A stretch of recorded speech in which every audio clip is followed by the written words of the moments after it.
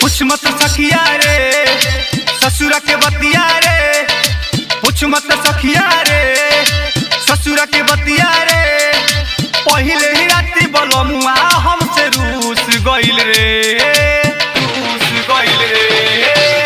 पूछ मत सखिया रे ससुरा के बतिया रे, पूछ मत सखिया रे ससुरा के बतिया रे।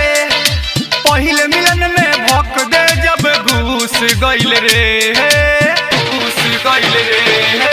पूछ मत सखिया रे ससुर के बतिया रे, पूछ मत सखिया रे ससुर के बतिया रे।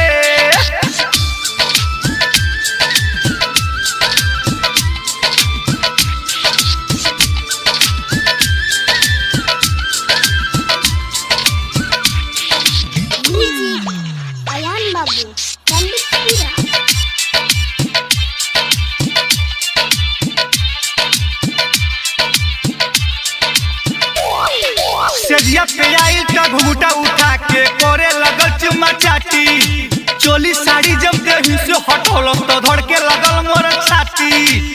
चोली साड़ी जब देही से हटौल तो धड़ के लगल मोर। पूछे लगल कैसे टाइट जो बनावा भइल हवे तोर नर, कैसे बतैती कि यार के ह भइल लागत रहे मोरा शरम।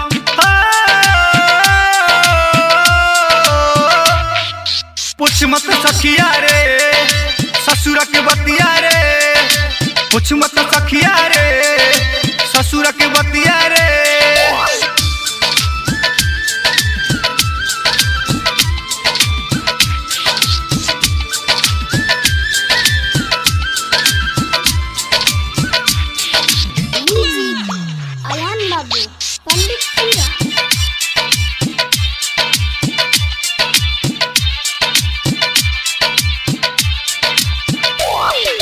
तहिए से हमरा जवानी के भट्टी में कहियो पकौलक नईटा, पड़ गइल भारी खेलल सखी खेला जाई के नहर बगीचा।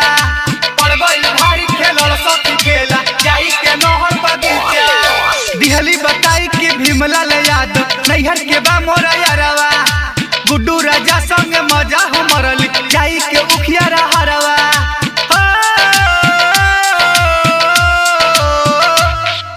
पूछ मत सखिया रे ससुर के बतिया रे, पूछ मत सखिया रे ससुर के बतिया रे।